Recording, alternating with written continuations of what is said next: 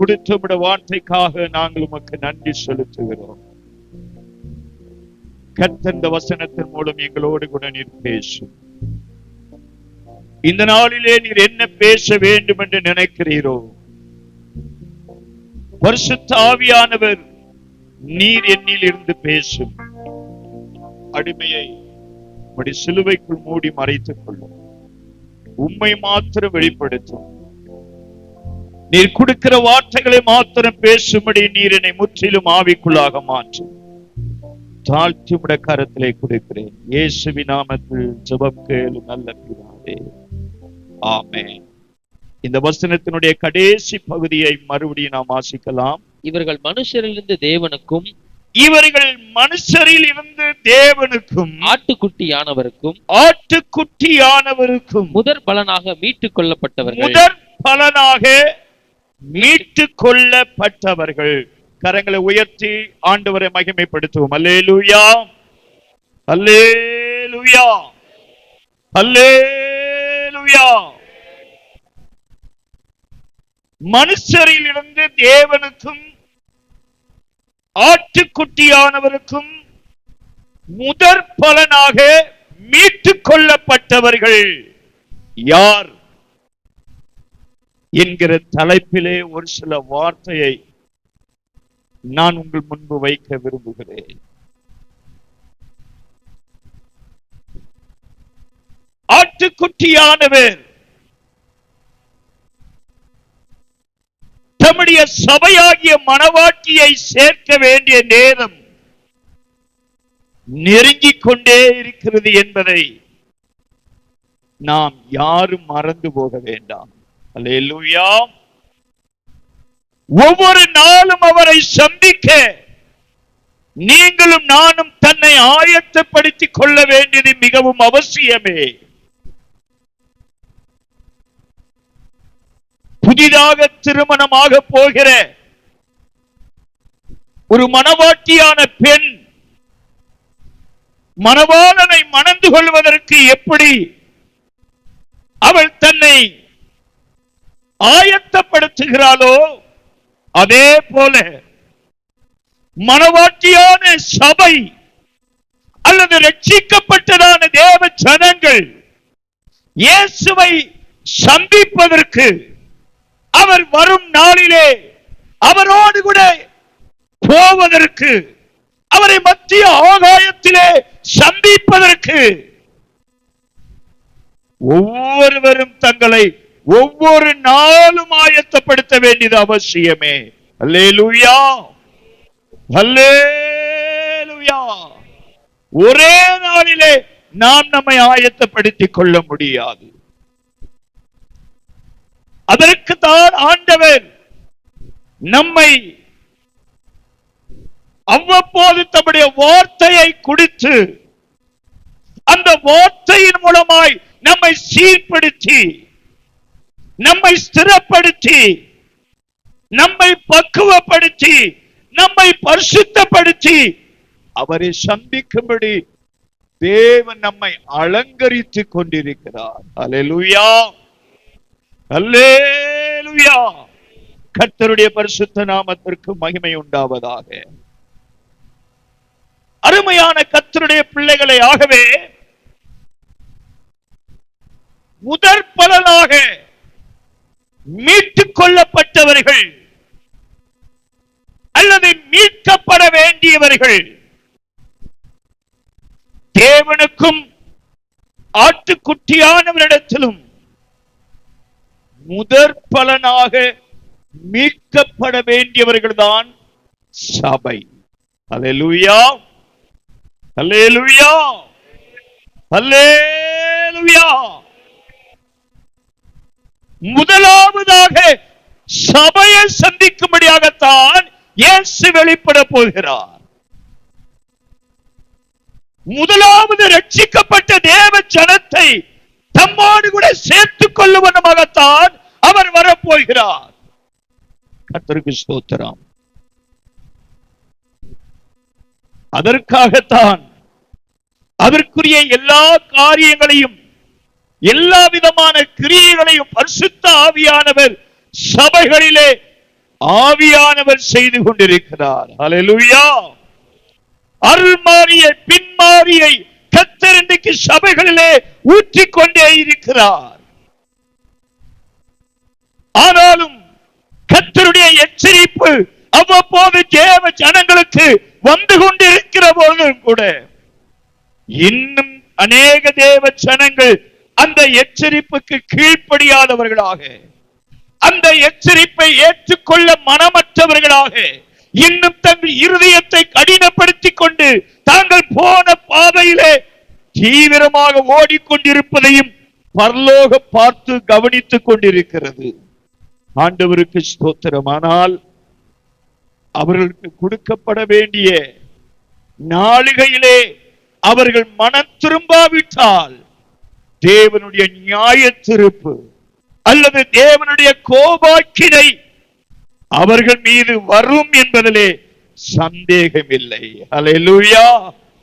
அது சத்தத்தை கேட்கிற நீங்களாக இருக்கட்டும், இந்த வார்த்தையை சொல்லுகிற நானாக இருக்கட்டும், என் குடும்பத்தை சேர்ந்தவர்களாக இருக்கட்டும், யாராக இருப்பினும் யாரும் தேவனுடைய கோபாக்கினிக்கு ஒருவரும் தப்பித்துக் கொள்ள முடியாது. எந்த மனிதனும் தப்பித்துக் கொள்ள முடியாது. அவர் எந்த நிலைமையில இருந்தாலும் சரி, எந்த சூழ்நிலையில இருந்தாலும் சரி, இயேசு வரும்போது அவரை சந்திக்க நீ ஆயத்தப்படாவிட்டால் உன்னுடைய நிலைமை பரிதாபமாக இருக்கும், சந்தேகம் இல்லை. ஆகவே நீ மனம் திரும்பி அவரை சந்திக்க நீ உன்னை ஆயத்தப்படுத்திக் கொள். அல்லேலூயா, அல்லேலூயா, அல்லேலூயா. இயேசு வேகம் வந்து கொண்டே இருக்கிறார். உன்னை சந்திக்கும்படியாக வருகிறார். உன்னை அவரோடு சேர்க்கும்படியாக வருகிறார். உனக்கு இருக்கிற எல்லா பாடுகளில் இருந்து உனக்கு விடுதலை தரும்படியாக வருகிறார். உன் முகத்திலே வடிந்து கொண்டிருக்கிற உன் கண்ணீரை துடைக்கும்படியாய் வருகிறார். உன் கவலைகளை மாற்றும்படியாய் வருகிறார். உன் வேதனைகளை மாற்றும்படி வருகிறார். உன் துக்கத்திற்கு ஒரு முடிவு உண்டாக்கும்படி வருகிறார். அல்லேலூயா. அவரை சந்திக்க நீ ஆயத்தப்படுவாய் என்றால் நீ பாக்கியவானுமாயிருப்பாய், நீ பாக்கியவாட்டியாயிருப்பாய். அவரை சந்திக்க உன்னிடத்திலே ஆயத்தம் இல்லாவிட்டால் நீ பரிதபிக்கப்பட்டவனாயிருப்பாய். ஆகவே சபையே, நீ உன்னை ஆயத்தப்படுத்திக்கொள், நீ உன்னை ஆயத்தப்படுத்திக்கொள். வேகமாக. கடந்த வாரத்திலே அதிக நேரம் ஆயிற்று ஆராதனை முடிய சோதனை. ஆகவே இன்றைக்கு குறித்த நேரத்திலே முடிக்க வேண்டும் என்று நான் ஆசிக்கிறேன். கர்த்தர் நமக்கு உதவி செய்வாராக. அல்லேலூயா, அல்லேலூயா. கர்த்தருடைய நாமத்திற்கு ஸ்தோத்திரம் உண்டாவதாக. அருமையானவர்களே, வேகமாக முதற் பலனாக மீட்டுக் கொள்ளப்படுகிறவர்கள் யார்? யார் முதல் பலனாக கர்த்தரை சந்திக்க முடியும் என்று சொல்லி ஒரு சில காரியங்களை வேகமாக நான் சொல்லி நான் கடந்து போகும்படியாக விரும்புகிறேன். கர்த்தருக்கு ஸ்தோத்திரம் உண்டாவதாக. வாசிக்கலாம். உன்னத பாட்டின் புஸ்தகம், உன்னத பாட்டின் புஸ்தகம் 6வது அதிகாரம். உன்னத பாட்டு, சாலமோன் எழுதின உன்னத பாட்டின் புஸ்தகம் 6வது அதிகாரம் 9வது வசனத்தை நாம் வாசிக்கலாம். சந்திரனை போல் என் புறாவே, என் புறாவோ, என் உத்தமியோ, என் உத்தமியோ, ஒருத்தியே, ஒருத்தியே. அவள் தன் தாய்க்கு ஒரே பிள்ளை. வசனத்தை நல்ல கவனிங்க. அவள் தன் தாய்க்கு ஒரே பிள்ளை. அவள் தன்னை பெற்றவளுக்கு அருமையானவள். அவள் தன்னை பெற்றவளுக்கு அருமையானவள். குமாரத்திகள் அவளை கண்டு, குமாரத்திகள் அவளை கண்டு அவளை வாழ்த்தினார்கள். ராஜஸ்திரீகளும் ராஜஸ்திரீகளும் மறுமனையாட்டிகளும் அவளை போற்றினார்கள். அல்லேலூயா. தாய்க்கு ஒரே பிள்ளை, அவள் பெற்றவளுக்கு அருமையானவள்.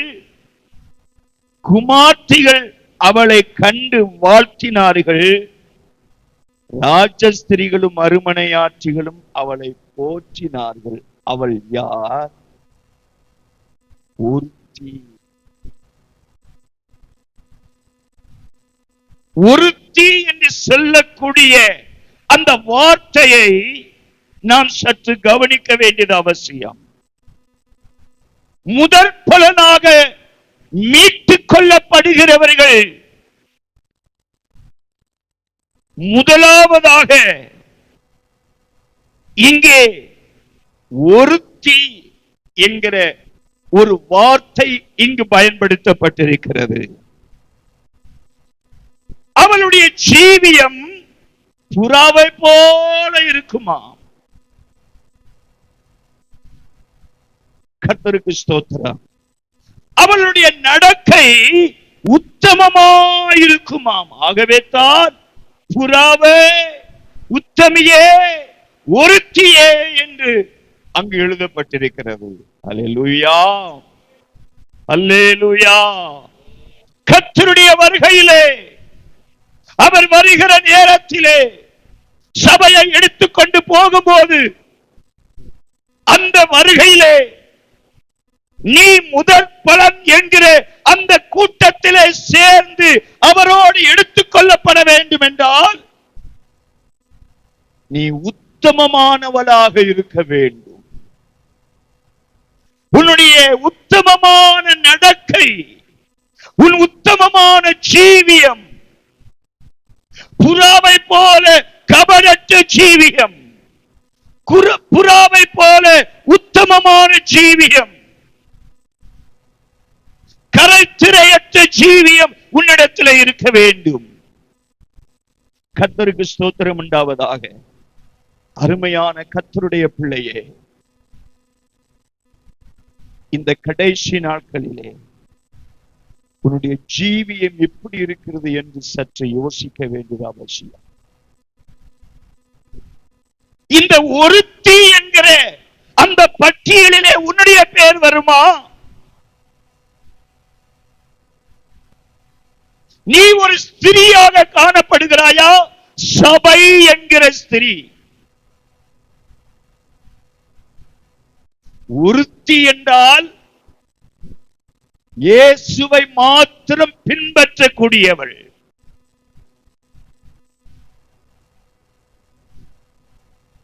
ஸ்திரீ என்கிற பெயர் சபைக்கு மாத்திரம்தான் கொடுக்கப்பட்டிருக்கிறது. ஆண்டவருக்கு ஸ்தோத்திரம். அந்த ஸ்திரீ என்றால் 2 கொரிந்தியரிலே நாம் வாசிக்கிறோம், கிறிஸ்து என்னும் ஒரே புருஷனுக்கு ஒப்புவிக்கப்பட்டவள் என்று பவுல் அங்கே சொல்லுகிறார். அவள்தான் சபை, அவள்தான் ஒருத்தி. அல்லேலூயா. அவள்தான் உத்தமமாய் வாழுகிறவள். அவள்தான் புறாவை போல கபடற்ற ஜீவியம் செய்கிறவள். பரிசுத்தமாய் வாழ்வதற்கு தன் வாழ்வை அர்ப்பணித்தவள். பாவம் நிறைந்த உலகம், எங்கு பார்த்தாலும் பாவம் தான். சபைக்குள்ளேயும் பாவம் இப்போ தலைவிரித்தாடுது. பெந்தேகோஸ்தே சபைகளுக்குள்ளதான் பாவம் நிறைய இருக்கு. மற்ற சபையில கூட கொஞ்சம் கொஞ்சம் இருக்கு. பெந்தேகோஸ்தே சபை ஆவிக்குரிய சபைன்னு யாரெல்லாம் சொல்றானோ அந்த சபைக்குள்ளதான் பாவம் செய்கிறவன் நிறைய பேர் இருக்கான். சோதரம்.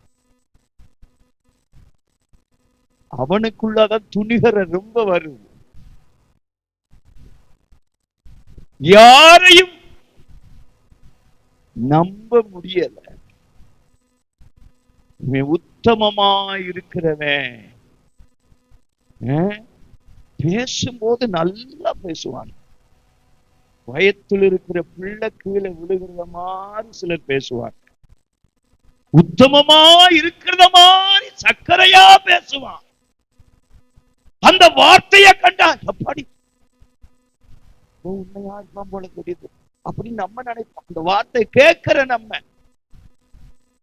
ஆனா அவன் ஜீவியத்தை உள்ள போய் பார்த்தா தான் தெரியும். பக்கத்துல போக முடியாது. நாச்சி இவனா ஒரு மனுஷனாடா அப்படின்னு சொல்ற அளவுக்கு அவன் ஜீவியா இருக்கும். சோத்திரம். ஆனா வார்த்தை சபைக்கு வந்தா தேவ தூத மாறி இருப்பாங்க. பாட்டுதான், ஆராதனை தான், ஜபம்தான், அந்நிய பாஷை தான். பிரசங்கம் பண்ண சொன்னா கூட பிரசங்கம் பண்ணுவான் அழகா. சோத்திரம். விளக்கம் எல்லாம் கொடுத்து, ஊமையெல்லாம் சொல்லி, கதையெல்லாம் சொல்லி, சோத்திரம், எல்லாம் நல்லா தான் இருக்கும். ஆனா உள்ள ஒண்ணு இருக்காது, உத்தமம் இருக்காது, உண்மை இருக்காது, பரிசுத்தம் இருக்காது. வெளியில மாயமால வேஷம், ஆட்டுத்தோலை போர்த்து கொண்ட ஓனாய் மாறி.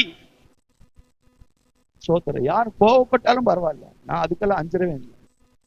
அதுக்கெல்லாம் 5 ஊழியத்துக்கு நான் ஜிப்பா போட்டு நிக்கல. சோத்திரம். அல்லேலூயா, அல்லேலூயா. சபைக்குள்ள இருக்கிறவன் பயந்தால் சோத்திரம். நான் சரி இந்த சத்தத்தை கேட்கிற எவையனிய பயங்காட்டுல நான் பயப்பட போறது இல்லை. சோத்திரம். அல்லேலூயா. சத்தியத்தை சொல்றதுக்கு எவனுக்கு பயப்படணும்? அல்லேலூயா, அல்லேலூயா. வசனத்தை பேசுறதுக்கு எவனுக்கு பயப்படும்? பேச அவசியமே இல்லை. அல்லேலூயா, அல்லேலூயா. உண்மை உள்ளவனாய் இருந்தா, உத்தமமாய் இருப்பதற்கு தன்னை ஒப்பு கொடுக்கிறவனாய் இருந்தா அவன் எதிர்க்க மாட்டான். அவன் தன் பாவத்திலிருந்து மனம் திரும்ப மனமற்றவன் தான் எதிர்ப்பான். இப்படிப்பட்ட சத்தியத்தில்.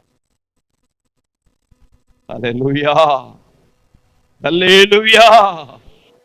கர்த்தருக்கு ஸ்தோத்திரம். மீட்டுக் கொள்ளப்பட்ட கூட்டத்திலே காணப்பட வேண்டும் என்று தேவன் உன்னையும் என்னையும் குறித்து விரும்புகிறார். அப்போஸ்தலனாகிய பேதுரு சொல்லுகிறார், வெள்ளியினாலும் மீட்கப்படாமல் பொன்னினாலும் மீட்கப்படாமல் கிறிஸ்துவின் விலையேறப்பட்ட இரத்தத்தால் மீட்கப்பட்டீர்களே. அல்லேலூயா, அல்லேலூயா, அல்லேலூயா. ஏசாயா 35வது அதிகாரத்தில் சொல்லப்பட்டிருக்கிறது, கர்த்தரால் மீட்கப்பட்டவர்கள் திரும்பி ஆனந்த களிப்புடன் சீயோனுக்கு வருவார்கள், சஞ்சலமும் தவிப்பும் ஓடிப்போ, நித்திய மகிழ்ச்சி அவர்கள் தலையின் மேல் இருக்கும். அல்லேலூயா, அல்லேலூயா. மீட்கப்பட்ட கூட்டத்திலே நீயும் நானும் இருக்க வேண்டும். ஒருத்தி என்கிற கூட்டம் தான் மீட்கப்பட்ட கூட்டம். ஒருத்தி என்கிற கூட்டம் தான் கரைத்திரையற்ற ஒரு கூட்டம். ஒருத்தி என்கிற அந்த வார்த்தை தான் உத்தமமானவர்களை காண்பிக்கிறது, உண்மையுள்ளவர்களை குறிக்கிறது, கரைத்திரையற்றவர்களை குறிக்கிறது. ஸ்தோத்திரம். சபையே, ஒருவேளை உன்னிடத்திலே பாவம் மறைந்து புதைந்து இருக்கும் என்றால் தயவு செய்து இன்றைக்காவது அதை விட்டு மனம் திரும்பி விடு. இல்லனா வசனத்தை கேட்காதவனுக்கு கிடைக்கிற தண்டனையை பார்க்கிறோம், வசனத்தை கேட்கிறவனுக்கு தான் அதிகமான கோபாக்கியம் வரும். அல்லேலூயா, அல்லேலூயா, அல்லேலூயா, அல்லேலூயா, அல்லேலூயா. நீ படிக்கிறவனாக இருந்தாலும் சரி, நீ வேலை செய்கிறவனாக இருந்தாலும் சரி, நீ ஒரு குடும்பஸ்தனாக இருந்தாலும் சரி, தனிப்பட்ட மனிதனாக இருந்தாலும் சரி, நீ வாலிபனாக இருக்கலாம், நீ சிறுவனாக இருக்கலாம், நீ வயது முதிர்ந்தவனாக இருக்கலாம், நீ யாராக இருப்பினோ உன் வாழ்வை, உன் ஜீவியத்தை இன்றைக்கு நீ சீர்படுத்திக் கொள். இல்லாவிட்டால் தேவனுடைய கோபாக்கினி சீக்கிரம் உன் மீது வந்து இறங்கும். சந்தேகம் இல்லை, நீ தப்ப முடியாது. நீ மீட்டுக் கொள்ளப்பட்டவனாய் காணப்பட வேண்டும். கர்த்தருக்கு ஸ்தோத்திரம். அருமையான தேவனுடைய பிள்ளைகளே, இந்த கடைசி நாட்களிலே நம்மை சற்று ஆராய்ந்து, ஒருவேளை நம்முடைய வாழ்க்கை சீர்படாத நிலைமையில இருக்கும் என்றால் இன்றைக்கு நம்மை சீர்படுத்தப்படுவதற்கு நம்மை அர்ப்பணிக்க வேண்டியது நமக்கு மிக அவசியமே. அல்லேலூயா. இரண்டாவதாக ஒரு வசனத்தை வாசிக்கலாம். எபேசியர் 2வது அதிகாரம். எல்லாம் தெரிந்த வசனம் தான், கொஞ்சம் ஞாபகப்படுத்துகிறேன். 2வது அதிகாரம் 20வது வசனம், 21வது வசனம். அப்போஸ்தலர், தீர்க்கதரிசிகள் அப்போஸ்தலர், எல்லாரும் நல்ல கவனிங்க. 265வது பக்கம். எபேசியர் 2வது அதிகாரம் 20வது வசனம், 21வது வசனம். அப்போஸ்தலர், தீர்க்கதரிசிகள் என்பவர்களுடைய அஸ்திபாரத்தின் மேல் கட்டப்பட்டவர்களாயிருக்கிறீர்கள். அதற்கு இயேசு கிறிஸ்து தாமே அந்த கட்டப்பட்ட கட்டடத்திற்கு இயேசு கிறிஸ்துதான் மூளைக்கல்லாக இருக்க வேண்டும். அவர் மேல் மாளிகை முழுவதும் அந்த இயேசு கிறிஸ்துவாகிய மூளைக்கல்லின் மேல் மாளிகை முழுவதும் இசைவாய் இணைக்கப்பட்டு கர்த்தருக்குள் பரிசுத்த ஆலயமாக எழும்புகிறது. பரிசுத்த ஆலயமாக எழும்புகிறது. அல்லேலூயா, அல்லேலூயா. முதற் பலனாக மீட்கப்பட வேண்டிய இரண்டாவது நபர் தேவனுடைய மாளிகை அல்லது தேவனுடைய வீடாக இருக்க வேண்டும், அல்லது பரிசுத்த ஆலயமாக இருக்க வேண்டும். பரிசுத்த ஆலயம் என்று சொல்லலாம், தேவனுடைய மாளிகை என்று சொல்லலாம், கர்த்தருடைய வீடு என்று சொல்லலாம். சோத்திரம். இந்த மாளிகை அல்லது அந்த வீடு இயேசு கிறிஸ்துவை மூளைக்கல்லாக வைத்து கட்டியிருக்க வேண்டும்.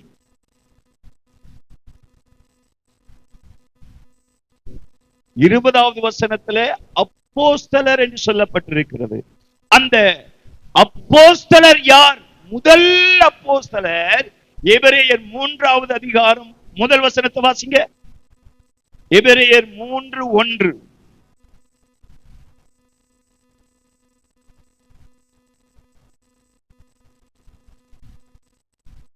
இப்படி இருக்க பரம அழைப்புக்கு பங்குள்ளவர்களாகிய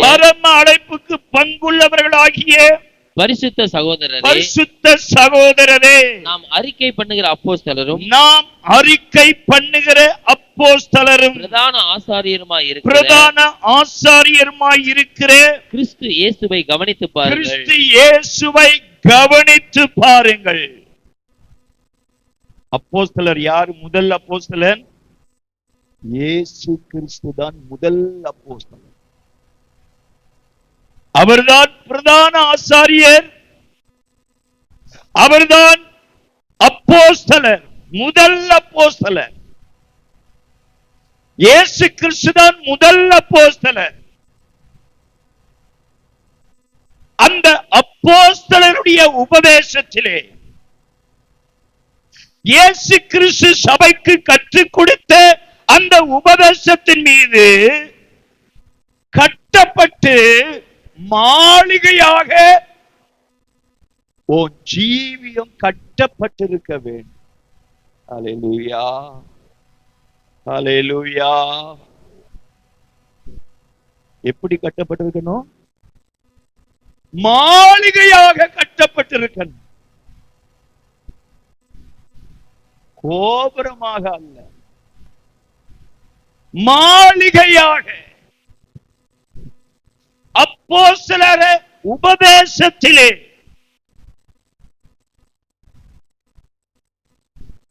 அந்த உபதேசம் என்னன்னு நான் பல முறை சொல்லியிருக்கேன், அதை சொல்ல வேண்டிய அவசியம் இல்லை என்று நினைக்கிறேன். அப்போஸ்தலர் 2:38 சொல்லப்பட்டிருக்கு. தெரியாதவங்க வீட்டுல போய் வாசித்து பாருங்க. கர்த்தருக்கு ஸ்தோத்திரம். அந்த உபதேசத்துல ஒரு மனுஷனுடைய ஜீவியம் கட்டி எழுப்பப்பட வேண்டும். அப்படி எழுப்பப்பட்டவன் தான் தேவனுடைய மாளிகையாக மாற முடியும். அல்லேலூயா. அதுதான் அப்போஸ்தலராகிய இயேசு உபதேசிக்கப்பட்ட உபதேசம். அவர் போடப்பட்ட அஸ்திபாரம். அந்த அஸ்திபாரத்தின் மீதுதான் அப்போஸ்தலர்களுடைய ஜீவியம் கட்டப்பட்டு வந்தது.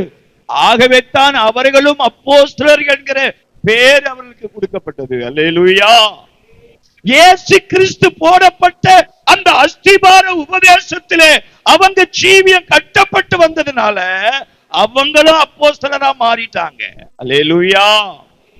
அவங்களும் தேவனுடைய மாளிகையாய் மாறிட்டாங்க. முதல் பலனாக மீட்டுக் கொள்ளப்படுவதற்கு, முதல் பலனாக கர்த்தருடைய வருகையிலே எடுத்துக் கொள்ளப்படுவதற்கு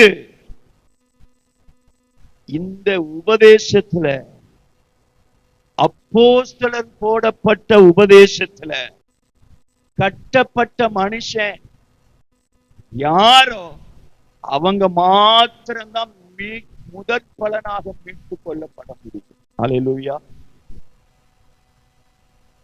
நீ அப்போஸ்தல சபையில இருந்ததுனால நீ வருகைக்கு போக முடியும். சோதரம். பெந்தேகோஸ்தே என்கிற சபைக்குள்ள இருந்ததுனால நீ வருகைக்கு போக முடியாது. ஆசரிப்பு கூடாரங்கிற சபைக்குள்ள இருக்கிறதுனால நீ போக முடியாது. இல்ல வேற டினாமினேஷன், ஒரு இண்டிபெண்டன்ட் சபைக்குள்ள நீ இருக்கிறதுனால நீ பரலோகத்திற்கு போக முடியாது. நீ எந்த சபைக்குள்ள இருந்தாலும் சரி, சபை உன்னை பரலோகத்துக்கு கொண்டு போகாது. பரலோகத்துல எந்த பிரிவும் கிடையாது. பூமியில தான் அந்த சபை இந்த சபை, நாங்க அந்த சபைக்காரங்க, நாங்க நீ இந்த சபைக்காரன் அப்படிங்கிற 7 இருந்து சர்ச்சு வரைக்கும் சபை பேர் நிறைய இருக்கு. நூற்றுக்கணக்கான ஆயிரக்கணக்கான சபைகள், வீட்டுக்கு சபை, தெருவுக்கு சபை. பைபிள் கொஞ்சம் தெரிஞ்சிச்சுன்னா அவன் ஒரு ஊழியக்காரன், அவன் ஒரு சபையை ஆரம்பிச்சு 10 பேரை வச்சு ஏதோ ஓட்டிக்கிட்டு போறான். பெட்டி கடையை வச்சு நடத்துற மாதிரி வியாபாரம் மாதிரி ஆயிடுச்சு சபை, தொழில் மாதிரி ஆயிடுச்சு. சபைக்கே இப்ப மதிப்பு இல்லாம போச்சு, கிறிஸ்துவனுக்கே மதிப்பு இல்லாம போச்சு. சோத்திரம். இன்றைக்கு இருக்கிற அநேகருடைய வாழ்க்கையில உபதேசம் இல்லை, தேவனுடைய வார்த்தை இல்லை, தேவனுடைய சத்தியம் இல்லை. அப்போஸ்தலருடைய உபதேசத்துல அவன் கட்டப்படல. அவனுடைய ஜீவியம். நான் பூர்வீகமாக கிறிஸ்துவ குடும்பத்திலே பிறந்தவன். எங்க அப்பா யார் தெரியுமா, எங்க தாத்தா யார் தெரியுமா அப்படின்னு மீசையை கொஞ்சம் முறுக்கி விட்டுக்கிட்டு. நீ எந்த மீசையை முறுக்கி என்ன செய்ய, பரலோகத்துக்கு செல்லாது. இங்க வேணா மீசையை முறுக்கிட்டு இருக்கோம். சோத்திரம். அல்லேலூயா, அல்லேலூயா, அல்லேலூயா. அதுல ஒரு பெருமை, எதுலதான் பெருமைப்படணும்னு இல்லை. ஆனா ஆண்டோடைய பிள்ளைன்னு சொல்லிட்டு எது இல்லாமோ பெருமைப்பட்டு.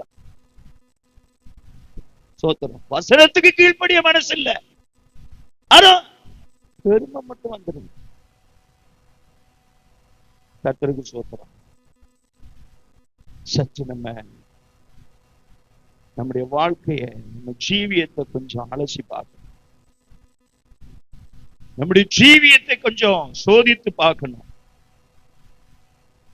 நம்முடைய ஜீவிய தேவனுடைய மாளிகையா இருக்கிறதா, கர்த்தருடைய ஆலயமாக கட்டப்பட்டு கொண்டு வருகிறதா, தேவன் வாசம் பண்ணுகிற பரிசுத்த ஆலயமாக இருக்கிறதா, தேவன் தங்குகிற அவருடைய வீடாக நம்முடைய ஜீவியம், நம்முடைய ஆத்மீக வாழ்க்கை இருக்கிறதா? கொஞ்சம் யோசிக்க. நம்ம நடத்தெல்லாம் எப்படி இருக்கு, நம்ம வார்த்தையெல்லாம் எப்படி இருக்கு, நம்ம வாயிலிருந்து புறப்படுற வார்த்தையெல்லாம் எப்படி இருக்கு, புருஷன் எல்லாம் மதிக்கிறோமா, பொண்டாட்டி எல்லாம் மதிக்கிறோமா, செய்ய வேண்டிய கடமையை செய்யறோமா, பிள்ளைக்கு செய்ய வேண்டிய கடமையை நம்ம செய்யறோமா? குடும்ப தலைவனா இருக்கிறோமா? கொஞ்சம் சிந்திக்கணும். பிள்ளைகளை நம்ம எப்படி நடத்தி கொண்டு இருக்கிறோம், எப்படி கவனிக்கிறோம்? கர்த்தர் கொடுத்த பிள்ளைகளை கர்த்தருடைய பிள்ளைகளா வளர்க்கிறோமா, இந்த ஏழிய மாதிரி பிள்ளைய வளர்த்துக்கிட்டு இருக்கோமா? கவனிக்கணும். சும்மா ஆவில நம்பி துள்ளி குதிச்சா பத்தாது. எந்த எண்ணத்தையாவது வாயில வந்ததை பேசி உளறிட்டு துள்ளி குதிச்சா பத்தாது. சபையை ஏமாத்தி ஊரை ஏமாத்திக்கிட்டு இருந்தா போதாது. நீ மாற்றப்படணும். உன் ஜீவியம் மாறணும், உன் நடத்த மாறணும், உன் வார்த்தை மாறணும், உன் பார்வை மாறணும், உன் சிந்தை மாறணும். மாறலன்னா நீ ஒரு மாயமாலக்காரன். நீ கர்த்தருடைய கோபாக்கினிக்கு உள்ளாவது நிச்சயம். கர்த்தருடைய கோபாக்கின உன் மேல வந்து இறங்குவது நிச்சயம். எப்ப வரும்னு தெரியாது. கர்த்தர் உனக்கு பல தருணங்களை கொடுத்து உன்னை எச்சரிப்பு கொடுத்து கொண்டே இருக்கிறாரு. பலமுறை தம்முடைய தீர்க்கதரிசி மூலமாக உன்னோடு பேசி உன்னுடைய காரியங்களை, உன்னுடைய செயல்களை ஆவியானவரை எச்சரித்துக் கொண்டே இருக்கிறாரு. அவர் எத்தனை மாசம் டயம் உனக்கு கொடுத்திருக்காருன்னு அவருக்கும் உனக்கும் தான் தெரியும். 1 மாசமோ 1 வருஷமோ 2 வருஷமோ 10 மாசமோ தெரியல. அந்த டயம் முடிஞ்சுச்சுன்னா அவருடைய கோபாக்கிடம் வந்து கர்த்தருக்கு ஸ்தோத்திரம். சோதகுமார பட்டணத்துக்கு ஆண்டவர் டயம் கொடுத்தார். ஆண்டவர் கொடுக்கப்பட்ட நேரத்துல மனம் திரும்பல.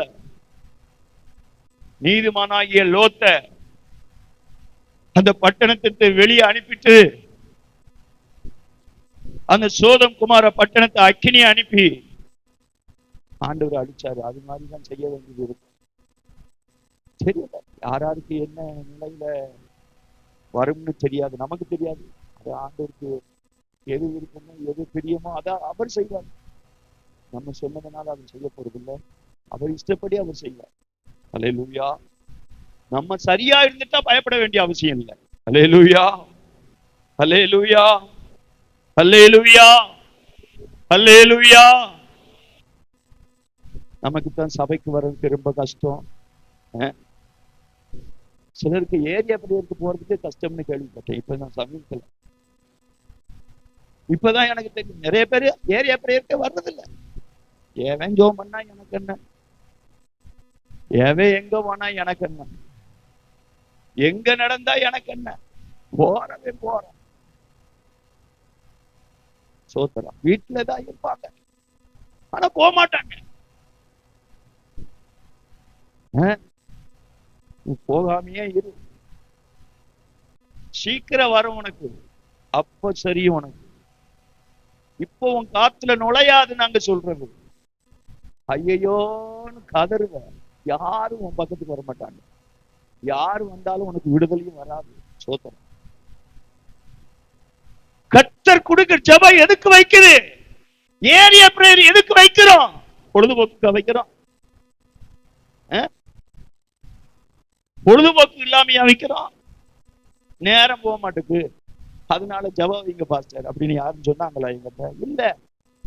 ஊழியம் வளரணும், சபை வளரணும், ஆத்துமாக்கள் ரட்சிக்கப்படணும், அழிந்து போகிற ஜனங்கள் மீட்கப்படணும், சத்துருவின் பிடியில் இருக்கிற ஜனங்கள் விடுதலையாக்கப்படணும், உன் வீட்டை சுற்றி இருக்கிற ஜனங்களுக்கு கர்த்தருடைய வார்த்தை போகணும், ஆவியானுடைய வல்லமை வெளிப்படணும். அந்த ஜெபத்தின் மூலமா. அதுக்குத்தான் ஜெபம். நீயே ஜெபம் எல்லாம் மற்றவனை எப்படி நீ நடத்துவ? மற்ற ஆத்துமாக்களை குறித்த பாரம் உனக்கு எப்படி வரும்? நீயே சரியாகல. நீ சரியா இருந்தானே ஜெபத்திற்கு ஒழுங்காகி போவ. ஏதோ தவிர்க்க முடியாத நேரத்துல போக முடியல, அது பெருசல்ல. வாடிக்கையாவே சிலர் போக மாட்டாங்க. காத்திருப்பு கூட்டம் நடக்குதா, அது பாட்டு நடக்குது. அதிகாலை 5 ஜெபம் நடக்குதா, அது பாட்டு நடக்குது. போறவங்க போவாங்க. இவன் 8 மணி வரைக்கும் போறது எப்படி தலைவலியே தூங்க வேண்டியது. தூங்கும். உனக்கு ஆண்டவர் முடிவு உண்டாக்குவார். கர்த்தருக்கு ஸ்தோத்திரம். வேதத்துல சும்மையா அதிகாலையில ஆண்டவரை தேடுறவங்க எத்தனை பேர் இருக்காங்க? ஆசீர்வதிக்கப்பட்டவங்க எத்தனை பேர் இருக்காங்க? அதிகாலை வர்றதுனால எவ்வளவு பாக்கியம், எவ்வளவு ஆசீர்வாதம், எவ்வளவு ஆண்டவருடைய இரக்கம் கிடைக்கும் வேதத்துல இருக்கு. நீ பரிசுத்தான உனக்கு தெரியும். அதிகாலை ஜெபத்துக்கு வருவேன். நீ பைபிளையே தொட மாட்டேன். ஞாயிற்றுக்கிழமை வந்து அடுத்த ஞாயிற்றுக்கிழமை தான் பைபிளை தட்டிட்டு வருவேன். எப்படி ஜெபத்தினுடைய மேன்மை தெரிய எப்படி ஜெபத்துக்கு வருவேன்? வரமாட்டேன். யார் சொன்னாலும் வரமாட்டேன், இன்னைக்கு சொன்னாலும் வரமாட்டேன், நாளைக்கு சொன்னாலும் வரமாட்டேன், வரவே வேண்டாம். கர்த்தர் வருவார், அப்ப தெரியும். கர்த்தருக்கு சொல்றேன். அல்லேலூயா, அல்லேலூயா. தேவனுடைய மாளிகையாக நீ கட்டப்பட வேண்டும், தேவனுடைய வீடாக நீ கட்டப்பட வேண்டும். அப்படி கட்டப்பட்டால் மாத்திரமே நீ முதற் பலனாக எடுத்துக்கொள்ளப்பட முடியும் கர்த்தருடைய வருகையிலே. அல்லேலூயா. வாட்சி வேகமா ஓடும். கர்த்தருக்கு ஸ்தோத்திரம். அருமையான கர்த்தருடைய பிள்ளைகளே, நம்மை சற்று ஆராய்ந்து பார்க்க வேண்டியது நமக்கு மிக அவசியமே. கர்த்தருடைய நாமத்துக்கு ஸ்தோத்திரம் உண்டாவதாக. அருமையான தேவனுடைய பிள்ளைகளே, அதே வெளிப்படுத்தின விசேஷத்துல 14வது அதிகாரத்துக்கு மறுபடி வருவோம். மணி வேகமா ஓடுது, அதனால நானும் வேகமா போய் முடிச்சிருக்கேன். இன்னைக்கு டைமுக்கு முடிச்சிருக்கேன். அதே வெளிப்படுத்தின 14வது அதிகாரம் அந்த வசனத்தை மறுபடி வாசிங்க. இவர்கள் மனுஷரிலிருந்து தேவனுக்கும் ஆட்டுக்குட்டியானவருக்கும் முதற் பலனாக மீட்டுக் கொள்ளப்பட்டவர்கள். ஆமென். முதல் வார்த்தை அந்த வசனத்துல, ஸ்திரீகளால் தங்களை கரைப்படுத்தாதவர்கள் இவர்களே, கற்புள்ளவர்கள் இவர்களே, கற்புள்ளவர்கள் இவர்களே, ஆட்டுக்குட்டியானவர் எங்கே போனாலும் அவரை பின்பற்றுகிறவர்கள் இவர்களே. அப்படிப்பட்ட அவர்கள் தான் முதற் பலனாக மீட்டுக் கொள்ளப்பட முடியும். அல்லேலூயா, அல்லேலூயா. கற்புள்ளவர்களாக ஜீவிக்கிறவர்கள், தம்முடைய ஜீவியத்தை காத்து கொண்டவர்கள். கற்புள்ளவர்கள் என்றால்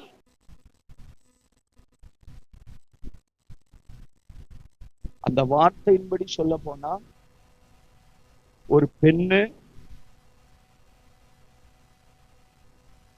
இன்னொரு ஆணோடு தவறான பழக்க வழக்கம் வைத்து தவறான சிந்தையில தன்னை தீட்டுப்படுத்தாம இருக்கக்கூடிய அந்த வார்த்தை என்று சொல்ல, ஆவிக்குரிய ரீதியின்படி இந்த கற்புள்ளவள் என்று சொன்னால் தன் ரட்சிக்கப்பட்ட அந்த ரட்சிப்பின் வஸ்திரத்தை கரைப்படுத்தாம காத்து கொண்டவங்க.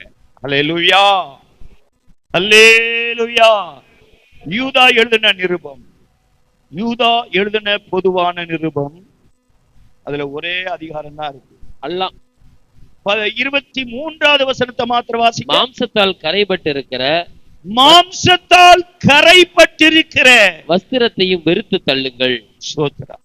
அல்லேலூயா, அல்லேலூயா, அல்லேலூயா.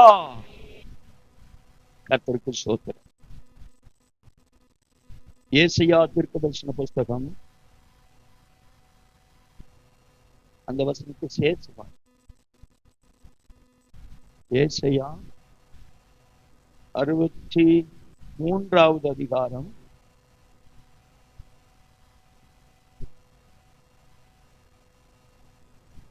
முதல்ல 61:10 வாசிங்க. 61 ஏசாயா 61:10 முதல்ல வாசிங்க. கர்த்தருக்குள் பூரிப்பாய் மகிழுகிறேன், என் தேவனுக்குள் என் ஆத்துமா கலிகூர்ந்திருக்கிறது. மணவாளன் ஆபரணங்களினால் தன்னை அலங்கரித்துக் கொள்ளுகிறதற்கும் மணவாட்டி நகையினால் தங்களை சிங்காரித்துக் கொள்ளுகிறதற்கும் ஒப்பாக அவர் ரட்சிப்பின் வஸ்திரங்களை எனக்கு உடுத்தி நீதியின் சால்வையை எனக்கு தரித்தார்.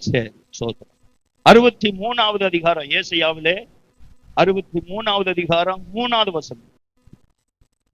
நான் ஒருவனாய் ஆலையை மிதித்தேன், ஜனங்களில் ஒருவனும் என்னோடு இருந்ததில்லை. நான் என் கோபத்திலே அவர்களை மிதித்து என் உக்கிரத்திலே அவர்களை நசுக்கி போட்டேன். அதனால் அவர்கள் இரத்தம் என் வஸ்திரத்தின் மேல் தெரித்தது. என் உடுப்பை எல்லாம் கரைப்படுத்திக் கொண்டேன். அல்லேலூயா, அல்லேலூயா. என் உடுப்பை எல்லாம் கரைப்படுத்தி கொண்டே. கர்த்தர் உனக்கு கொடுத்த விலையேறப்பட்ட அந்த ரட்சிப்பின் வஸ்திரம் இன்றைக்கு அநேகருடைய வாழ்க்கையிலே கரை படிந்திருக்கிறது. மாம்சத்திற்கு இடம் கொடுத்து, ஜென்ம சுபாவத்திற்கு இடம் கொடுத்து,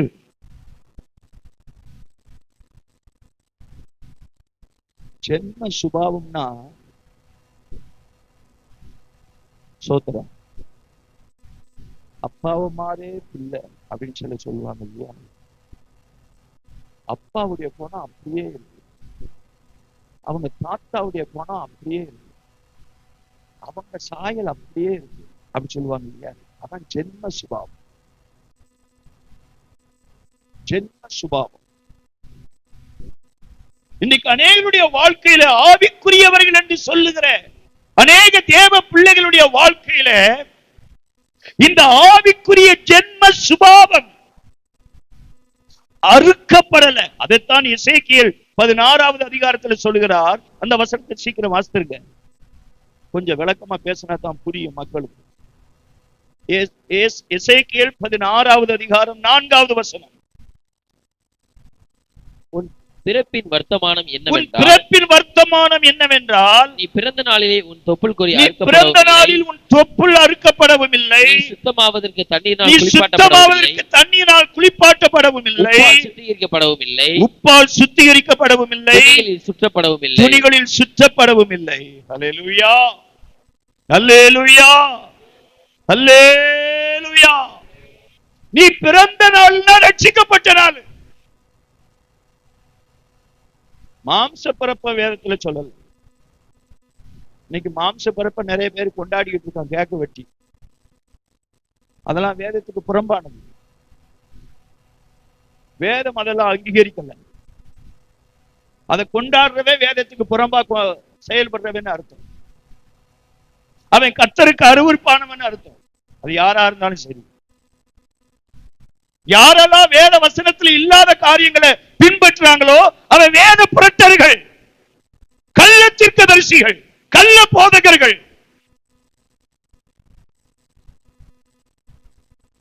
கேட்டுக்கு வழியாய் ஓடுகிறவர்கள். அவர்களை குறித்து கொஞ்சம் கவனமா இருக்கணும். அல்லேலூயா. இன்னைக்கு பெரிய பெரிய ஊழியக்காரங்க கூட கொண்டாடுறாங்க. எவன் கொண்டாடுனா எனக்கு என்ன? வேதத்துல இல்லைன்னா இல்லதான். அவன் பெரிய ஊழியக்காரன், சின்ன ஊழியக்காரன்லாம் பைபிள் அப்படின்னு சொல்லல. எல்லா ஊழியக்காரனும் கர்த்தருடைய பார்வையில ஒண்ணுதான். நீங்களும் நானும் தான் பெரிய ஊழியக்காரன், சின்ன ஊழியக்காரன் சொல்லிக்கிட்டு இருக்கான். அவனுக்கு கணத்தை கொடுத்து தூக்கி வச்சுக்கிட்டு இருக்கோம், அவன் ஆடிக்கிட்டு இருக்கான். அல்லேலூயா, அல்லேலூயா, அல்லேலூயா, அல்லேலூயா, அல்லேலூயா. கர்த்தருடைய பார்வையிலே கர்த்தருக்கென்று உண்மையாய் உத்தமமாய் ஊழியம் செய்கிறவனே கர்த்தரால் பெரியவர்களாய் இருப்பார்கள். அல்லேலூயா, அல்லேலூயா.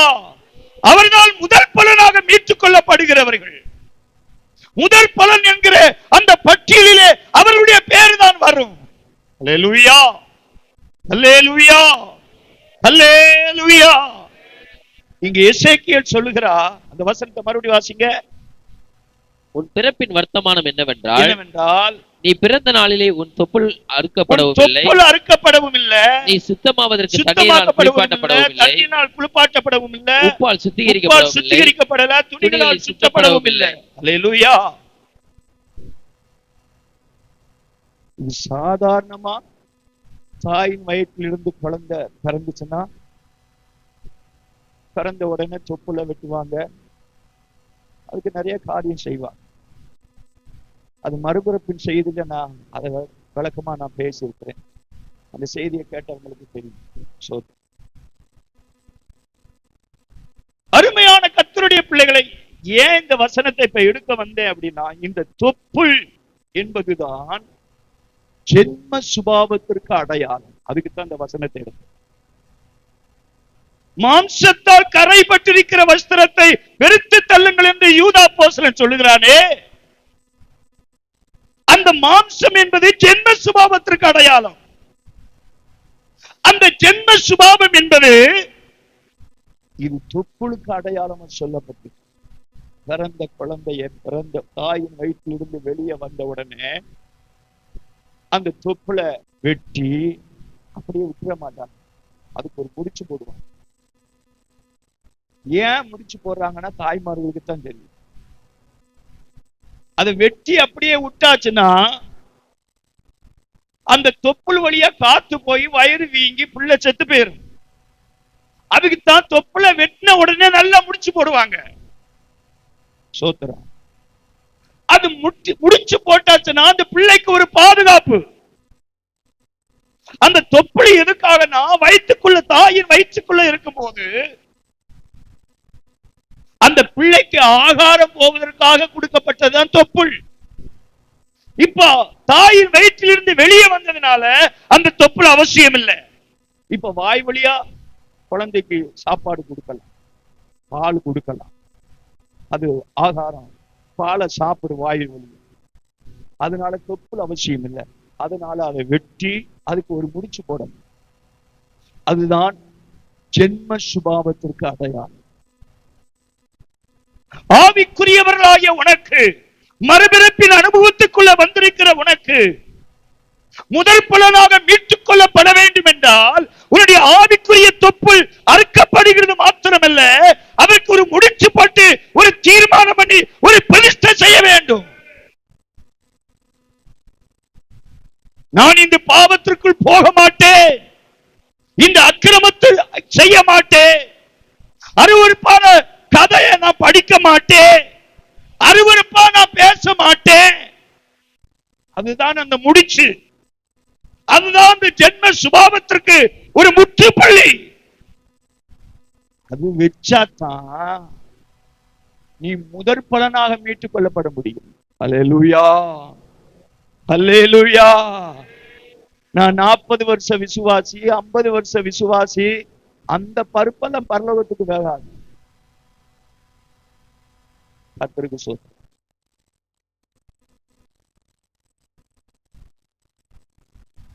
மாம்சத்தால் கரைப்பட்டு இருக்க கூடாது, கரைபடாதவனாய் இருக்கணும். கர்த்தருக்கு ஸ்தோத்திரம். 5 நிமிஷம் தான் இருக்கு. ஒரே ஒரு வசனத்தை வாசித்து நான் முடிச்சுக்கிறேன். எரேமியா தீர்க்கதரிசன புத்தகம் 2வது அதிகாரம்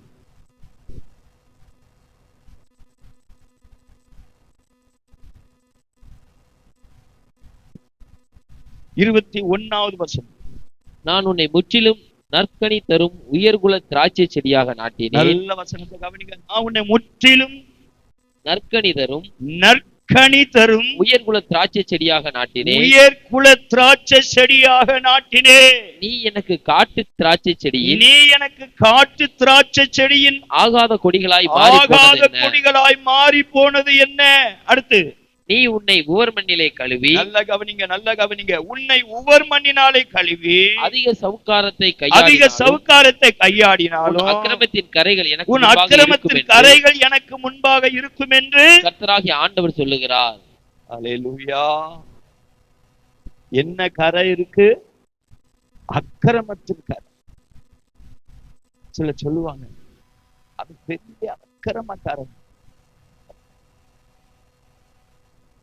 அக்கிரமமா பேசுறான், அக்கிரமமா நடக்கிறான், அவன் செய்யறதெல்லாம் அக்கிரமம் தான், அவன் நடக்கிறதெல்லாம் அக்கிரமம் தான் அப்படின்னு சொல்லுவாங்க. இதுல நம்ம கூட சிலரை சொல்லி கர்த்தருக்கு ஸ்தோத்திரம். அக்கிரமம் அப்படின்னு சுருக்கமா அதுக்கு சரியா சொல்லணும் அப்படின்னா, இந்த முக்கியமான சாலையில பெரிய பெரிய ரோட்ல கோடு போட்டு அதுல ஒரு போலீஸ் இருந்து இங்க வர வண்டியெல்லாம் நிப்பாட்டி நீ போல அப்படின்னு சொல்லி அதுக்கு ஒரு எல்லை கோடு வச்சிருப்பாங்க ஒவ்வொரு சாலையும்.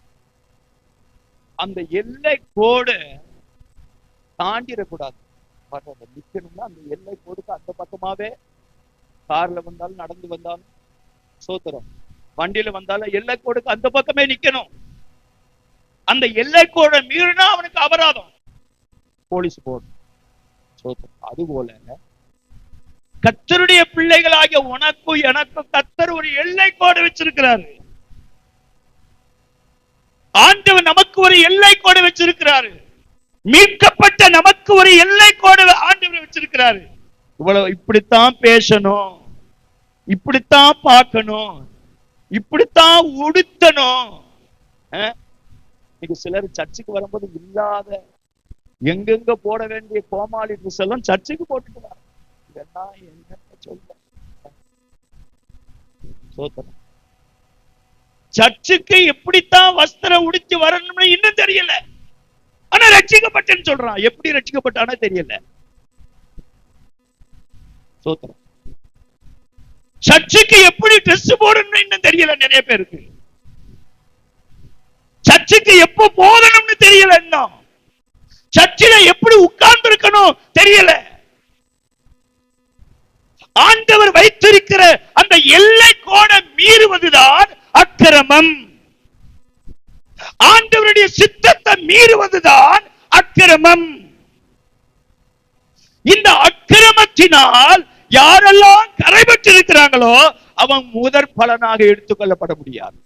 அல்லேலூயா, அல்லேலூயா. நான் மூடியதை எல்லாத்தையும் இல்லைன்னா என் மண்ணி போயிட்டே. அல்லேலூயா. கர்த்தருடைய நாமத்துக்கு ஸ்தோத்திரம் உண்டாகட்டும். எனக்கு அருமையான கர்த்தருடைய பிள்ளைகள், இந்த கடைசி நாட்களுக்கு ஆண்டுடைய சமூகத்திலே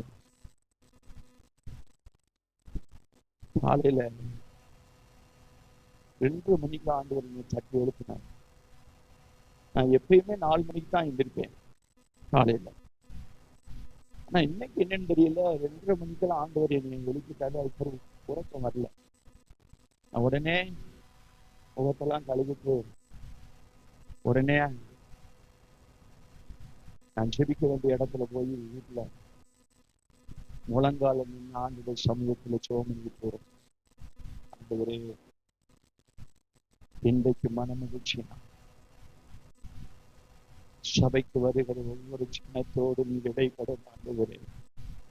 ஒரு ஆத்துமா கூட வந்தது போல போகக்கூடாது ஆண்டவரே. என்னை உண்மையில் என்று நம்பி என் கையில இந்த ஆத்துமாக்களை கொடுத்திருக்கீங்க அப்பா. இந்த ஆத்துமாக்களை நான் சரியா வழி நடத்தி இப்படி சமூகத்துல நான் கொண்டு வந்து சேர்க்கணும் ஆண்டவரே.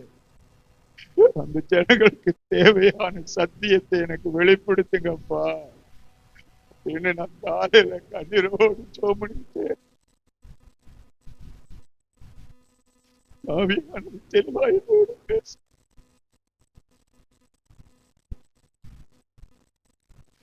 ஆவியான சின்ன வார்த்தைகளை தான் இன்றைக்கு நான் உங்களோடு பேசியிருக்கிறேன்.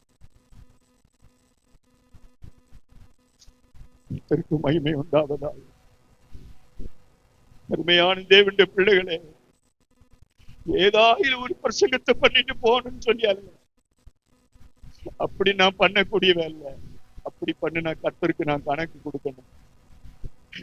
ஒவ்வொரு நேரமும் கர்த்தருடைய சமூகத்துல அமர்ந்து காத்திருந்து முழங்காலம் என்று செபித்து கர்த்தருடைய வார்த்தையை கேட்டு ஜனங்களுக்கு சொல்லுவதுதான் கர்த்தர் எனக்கு கற்றுக் கொடுத்த பாடம். எங்க தகப்பனார் எங்களுக்கு கற்றுக் கொடுத்த பாடங்கள். அல்லேலூயா. அருமையான தேவ பிள்ளைகளை, ஆகவே ஆவியானவர் உங்களோடு பேசுகிற வார்த்தையை நீங்கள் அசட்டை பண்ணாதிருங்கள். யாராக இருப்பினும் மனுஷிகத்திலே எடை போடாதீங்க.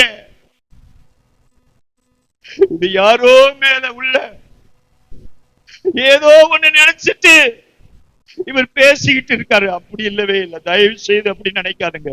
பலிபீடத்தில் நின்று தைரியமா சொல்றேன், பரிசுத்த ஆவியானவர் என்னை அழைத்த தேவன் எனக்கு கொடுத்த வார்த்தைகளை நான் தைரியமாய் சொல்லிக் கொண்டிருக்கிறேன். இந்த வார்த்தைக்கு நீங்களும் நானும் கணக்கு ஒப்புவிக்க வேண்டியது அவசியம். முதற்பலனாக மீட்டுக் கொள்ளப்பட வேண்டும் என்றால் அக்கிரமத்தின் கரை நம்மிலே வராதபடி நம்மை காத்து கொண்டிருக்க வேண்டும். அப்படிப்பட்டவர்கள் மாத்திரம் முதற் பலன் கூட்டத்திலே சேர முடியும். கண்களை மூடுவோம், கர்த்தருடைய முகத்தை நோக்கி பார்ப்போம்.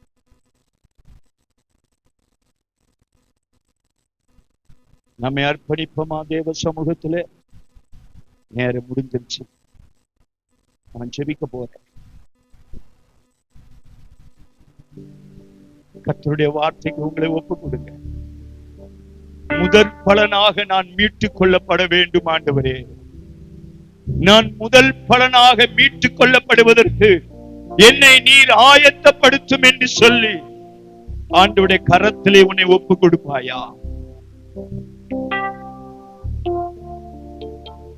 நான் ஜெபிக்க போகிறேன். நேரம் எல்லாரும் ஒப்பு கொடுங்க.